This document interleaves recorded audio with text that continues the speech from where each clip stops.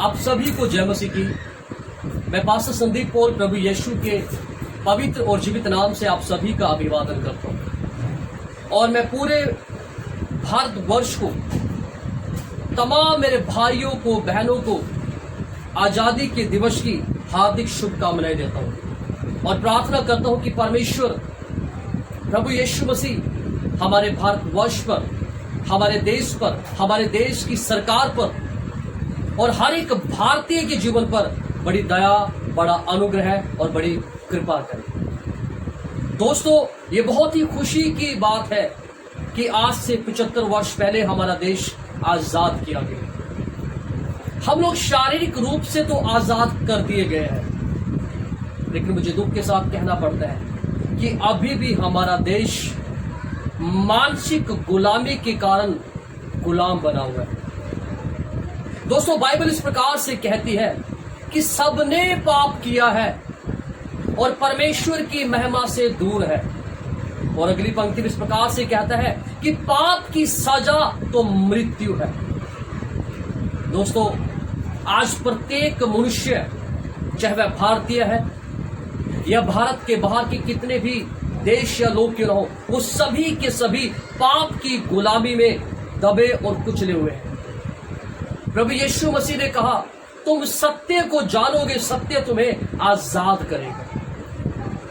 आजादी का एकमात्र जो रास्ता है वो केवल प्रभु यीशु मसीह है। प्रभु यीशु ने यूहन्ना उसके 14 अध्याय और 6 में इस प्रकार से कहा है, मार्ग, सत्य और जीवन मैं हूं। जो कोई मुझ पर विश्वास करेगा वह बचाया जाएगा। गुड न्यूज यह है दोस्तों कि परमेश्वर आपसे प्रेम करते हैं।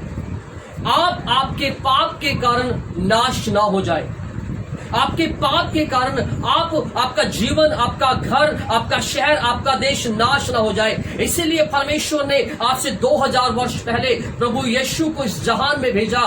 प्रभु यीशु ने मनुष्य के छुटकारे के लिए, उसके उद्धार के लिए, उसके मोक्ष के लिए, उसकी पापों की क्षमा के लिए क्रूस पर अपने आप को बलिदान किया। वह मारा गया, गाड़ा गया और तीसरे दिन मौत को हराकर मुर्दों में से जी उठा है और आज भी जीवित है। और बाइबल इस प्रकार से कहती है, जो कोई प्रभु यीशु पर विश्वास करेगा और यह मान लेगा कि हाँ, मैं पापी हूं, मैंने पाप किया है, यीशु मसीह मेरे पापों के लिए मारा गया है, तो बाइबल यह बताती है उस व्यक्ति के गुनाह यीशु के लहू के द्वारा क्षमा कर दी जाएगी।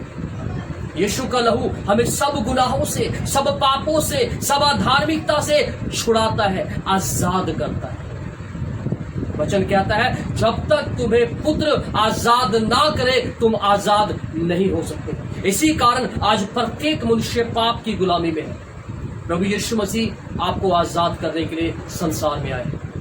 वह आपका धर्म, आपकी जाति बदलने के लिए नहीं है, परंतु बाइबल यह बताती है परमेश्वर ने जगत से ऐसा प्रेम किया कि अपना इकलौता बेटा दे दिया, ताकि जो कोई मतलब, चाहे वो किसी भी देश, किसी भी जाति, किसी भी धर्म, किसी भी संस्कृति से जुड़ा हुआ क्यों ना हो, लेकिन जो कोई यीशु पर विश्वास करेगा वह बचाया जाएगा।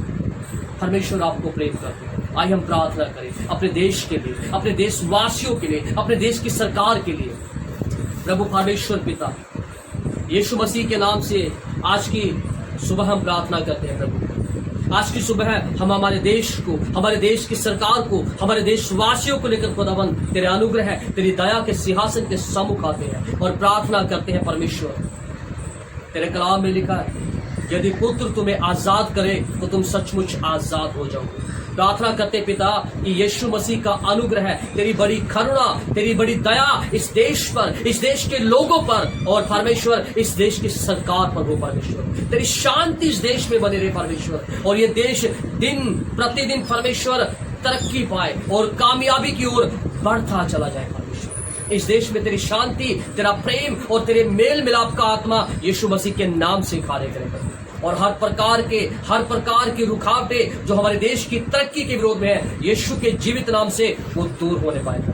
हम इस देश को, इस देश की सरकार को और तमाम भारतवासियों को, हमारे देश के लोगों को प्रभु तेरे लहू की सामर्थ बैठाते हैं। आप सबको आशीष और बरकत देना। धन्यवाद के साथ दुआ यीशु मसीह के नाम से मांगते हैं, आमीन। प्रभु आप सबको आशीष दे। प्रभु आप सबसे प्यार करते हैं। एक बार फिर से मेरी ओर से आप सभी को happy independence day. God bless you.